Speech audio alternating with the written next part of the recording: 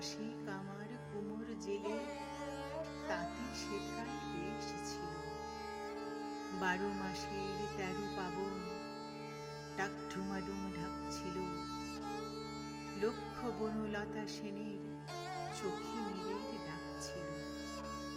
কদম কেয়া শাপলা শালু দোয়েল কোয়েল শেষ ছিল। খুব গোপনে ওত পাতায় কালো নাগিনীর বেশ ছিল। পাক নামে এক অশ্বডিম্ব দেশ বানাবার হাঁক ছিল। পাকের ভেতর নাপাক কিছু শুভঙ্করের পাক ছিল। পশ্চিমেতে সুখের প্রাসাদ, পূর্বের ফুটপাত ছিল।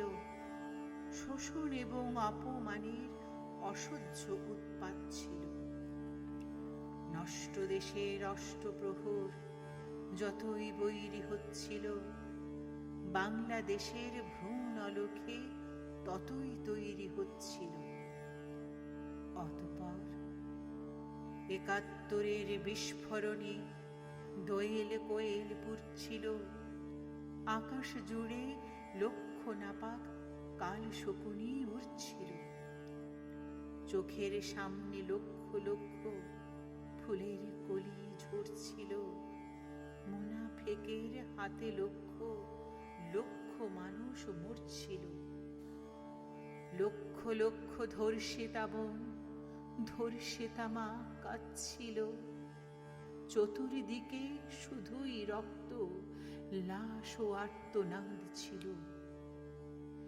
যে দেখেনি বুঝবে না সে, এমন কেয়ামত ছিল। কেয়ামতেই দেশের স্বাধীনতার নেয়ামত ছিল।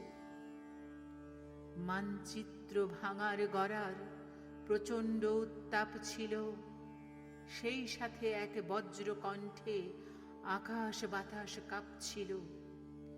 বিশাল বিপুল তুর্য হাতে বিশাল বিপুল শেখ ছিল।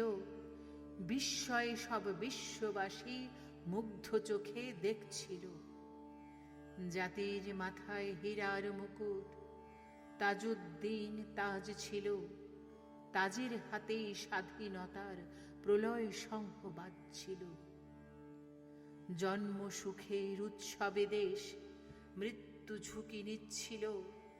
১৬ই ডিসেম্বর সুদূরে মিষ্টি উঁকি দিচ্ছিল। যে দেখেনি বুঝবে না সে, এমনি কেয়ামত ছিল। কেয়ামতের শেষে যত নাপাক নাকে খচ্ছিল। ওই যে জলে ৭১-এর মরণজয়ী শেখা, পথ ভোলাকে পথ দেখানোর আলোকবর্তিকা।